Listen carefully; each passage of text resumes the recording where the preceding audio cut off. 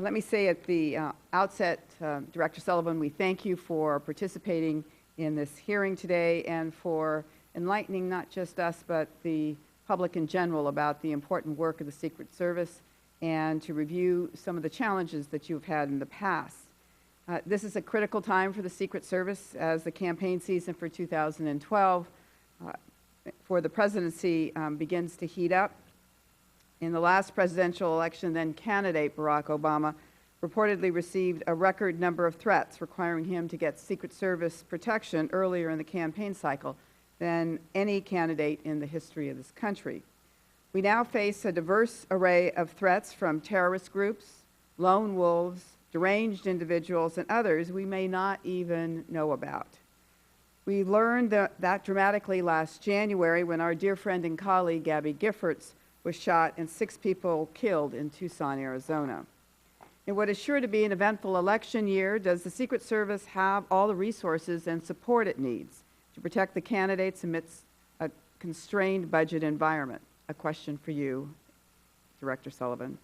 Although the Secret Service has done an excellent job keeping our candidates safe in past elections, it has had trouble managing its budget. The DHS Inspector General recently released a report finding that the Secret Service violated the Anti-Deficiency Act when the CFO failed to notify DHS and the Congress that the service had overspent its appropriated funds during the hectic 2008 campaign. In the run-up to the 2012 campaign, I'm interested to hear about what changes have been made and controls put in place to prevent this from happening again. The Secret Service's mandate goes beyond just protecting the President and candidates. They also have the responsibility for protecting other government officials, foreign dignitaries, and the security for designated NSSEs. And as the Chairman has noted, providing protection for the UN Assembly, which has just begun its work and sits in the heart of Manhattan, also falls to the Secret Service.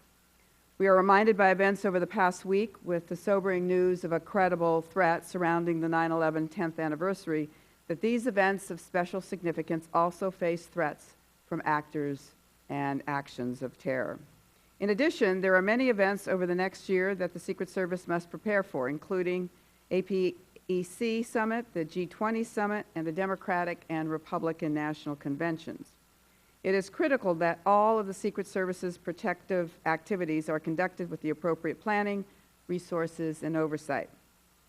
The Secret Service has a vital mission, but it has faced significant criticism in the past.